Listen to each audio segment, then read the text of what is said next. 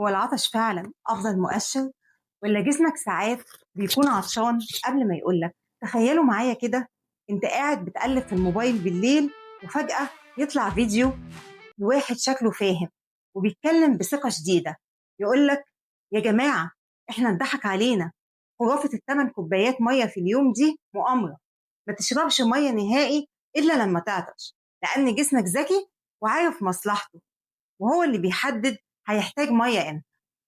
الكلام للوهلة الأولى شكله منطقي جدا ومريح، صح؟ بنقول لنفسنا فعلا، هو ربنا خلق فينا غريزة العطش دي ليه؟ ما هو علشان ننفذها أول ما جسمنا يطلب مية. بس الحقيقة الطبية ورا الكواليس بتقول حاجة تانية خالص. الترند ده بياخد نص الحقيقة وبيصنع منها كارثة للأسف. تعالوا نفهم جسمنا بيشتغل إزاي علشان نعرف الخدعة فيه. العطش ده مش إشعار لطيف بيجي يقولك لو سمحت اشرب شوية مية كمان. لا، العطش ده في الطب بنسميه إنذار طوارئ أخير. جوه المخ في منطقة اسمها الهايبوثالاموس أو تحت المهاد، دي فيها حساسات دقيقة جدا بتقيس تركيز الدم أو الأوزمولاليتي. لما جسمك يبدأ يفقد مية من غير تعويضها، تركيز الأملاح في الدم بيزيد ولزوجة الدم بتبدأ تعلى. هنا الحساسات دي بتضرب جرس إنذار أحمر للمخ، الحقنا إحنا في حالة جفاف. يعني على بال ما أنت تحس بإن ريقك ناشف وعاوز تشرب، بيكون جسمك بالفعل خسر من 1 ل2% من إجمالي المية اللي فيه ودخل في مرحلة الجفاف الأول.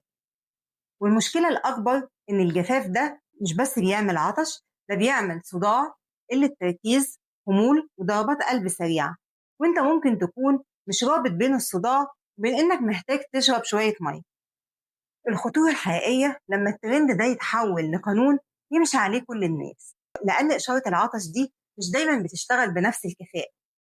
أولا كبار السن، أهالينا وبركتنا في البيوت، مع تقدم العمر الحساسات اللي في المخ دي بتبدأ تكسل وما بتشتغلش زي ما كانت.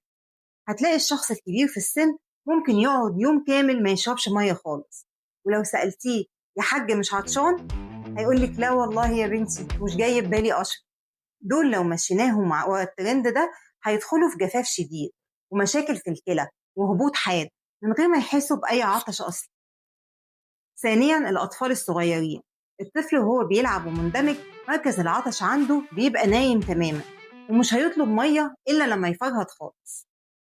ثالثا الرياضيين وأصحاب المهن الشاقة في الحرب، لما تكون في عز الصيف أو بتعمل مجهود عنيف جسمك بيفقد مية وعرق بسرعة الصاروخ، أسرع بكتير من سرعة استجابة المخ وإرسال إشارة العطش.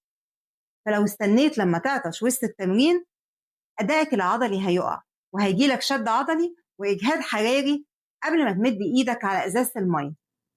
طيب تعالوا نقلب الآية ونروح للناس اللي بتقع في الفخ العكسي للترند، الناس اللي بتسمع نصايح من نوعية اشرب مية على قد ما تقدر، 5 و6 لتر في اليوم علشان تخسي وبشرتك تنور. دول بقى بيفتحوا الباب لكارثة تانية اسمها التسمم المائي، أو طبيا نقص صوديوم الدم أو الهايبوناتريميا. إيه اللي بيحصل هنا؟ الكلى بتاعتنا ليها قدرة معينة ومحددة على التخلص من المية الزيادة، حوالي لتر تقريبا في الساعة. لما شخص يشرب كميات كبيرة جدا من المية ورا بعض وبسرعة جنونية، الكلى بتقف عاجزة. المية دي هتروح فين؟ بتدخل الدم وتخفف تركيز الأملاح والمعادن الأساسية وأهمها الصوديوم. لما الصوديوم يقل جدا في الدم المية بتبدأ تهرب وتدخل جوه خلايا الجسم وتخليها تتنفخ زي البالون، وأخطر خلايا بتتنفخ هي خلايا المخ. والحالة دي غالبا بنشوفها وبتحصل مع الرياضيين اللي بيجروا ماراثونات لمسافات طويلة وبيشربوا مية صافية بكميات ضخمة جدا من غير ما يعوضوا الأملاح اللي فقدوها في العرق. 2 في تحديات السوشيال ميديا، الناس اللي بتدخل تعمل تحديات غريبة بشرب كميات مية ضخمة جدا في دقايق معدودة. أما بقى المحطة الأهم هم بعض مرضى الكلى والقلب اللي لازم يشربوا مية بحساب دقيق جدا حسب أوامر الدكتور المعالج. في الطب عندنا في حاجة اسمها الفلويد ريستريكشن أو تحديد السوائل. مريض فشل عضلة القلب أو مريض الفشل الكلوي الكلى عندهم مش بتقدر تصرف المية الزيادة دي، والمية دي لو كترت بتبدأ تتجمع في الجسم وتعمل ارتشاح أو مية على الرئة وتزود العبء على القلب. فبينما الشخص الطبيعي بنقول له زود مية واشرب كتير، المريض ده بيبقى الدكتور كاتب له في الروشتة ممنوع تتعدى لتر أو لتر ونص سوائل في اليوم كله، شاملة الشوربة والشاي والمية. ما ينفعش أبدا يمشي ورا أي ترند يقول اشرب مية زي ما انت عايز. حيرتونا، نشرب مية لما نعطش ولا نشرب مية كويس؟ طيب بالعقل كده، لا هنمنع المية ونستنى العطش ولا هنشرب لحد ما يجيلنا تسمم ماء. نعمل ايه؟ وايه هو الاحتياج اليومي الحقيقي؟ الرقم المشهور بتاع 8 كوبايات مية في اليوم، يعني حوالي 2 لتر، هو رقم استرشادي عام، بس الاحتياج الحقيقي متغير ومش ثابت، بيعتمد على وزنك، طبيعة حرقك، وحرارة الجو كمان.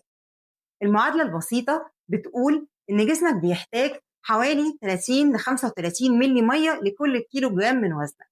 يعني لو وزنك 70 كيلو، احتياجك الأساسي حوالي 2.1 ل 2.4 لتر مية في اليوم.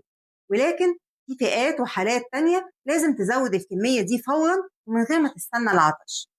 الناس اللي طبيعة أكلها ناشف، لو أكلك مش غني بالخضار والفاكهة اللي هم أصلا مصدر كبير للمية، يبقى لازم تعوض ده بمية شرب مباشرة. المرضعات، لأن الرضاعة الطبيعية بتستهلك كمية مية ضخمة من جسم الأم لصناعة اللبن، فلازم تشرب مية بزيادة وبانتظام. 3. أصحاب التاريخ المرضي مع حصوات الكلى أو أملاح اليوريك أسيد، دول المية بالنسبة لهم هي خط الدفاع الأول لمنع تكون الحصوات وتنشيط الكلى.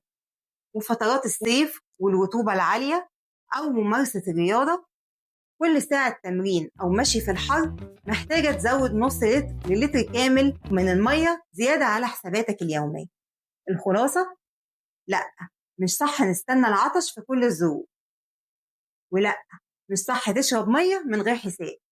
الصح تشرب بذكاء وعلى مدار اليوم.